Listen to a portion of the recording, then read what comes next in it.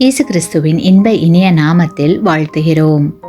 இன்றைய வேத வசனம், உன் நீதியை வெளிச்சத்தைப் போலவும் உன் நியாயத்தை பட்ட பகலைப் போலவும் விளங்க பண்ணுவார்.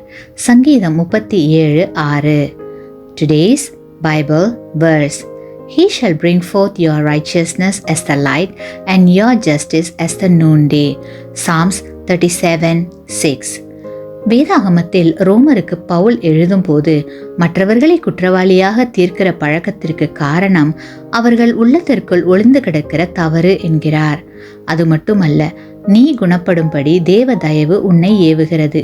இதை அறியாமல் நீ மற்றவர்களை குற்றவாளியாக தீர்த்து கொண்டிருக்கிறாய்.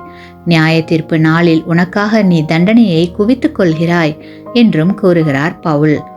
கிறிஸ்துவுக்குள் அன்பான சகோதர சகோதரிகளே, நீங்கள் உங்கள் வழியை கர்த்தரிடத்தில் ஒப்படைத்து விடுங்கள். அவர் மேல் நம்பிக்கையாயிருங்கள். அவர் காரியத்தை வாய்க்க பண்ணுவார். அநியாயமாக குற்றஞ்சாட்டப்படும் போது நீங்கள் வேதனைப்படுவதை விட்டுவிடுங்கள். கிறிஸ்துவுக்குள் சந்தோஷமாய் இருங்கள். அவர் என்ன சொல்கிறாரோ அதன்படி செய்யுங்கள். ஏனெனில் நியாயத்தை பாதுகாக்கிற நித்திய காவலர் தேவனே.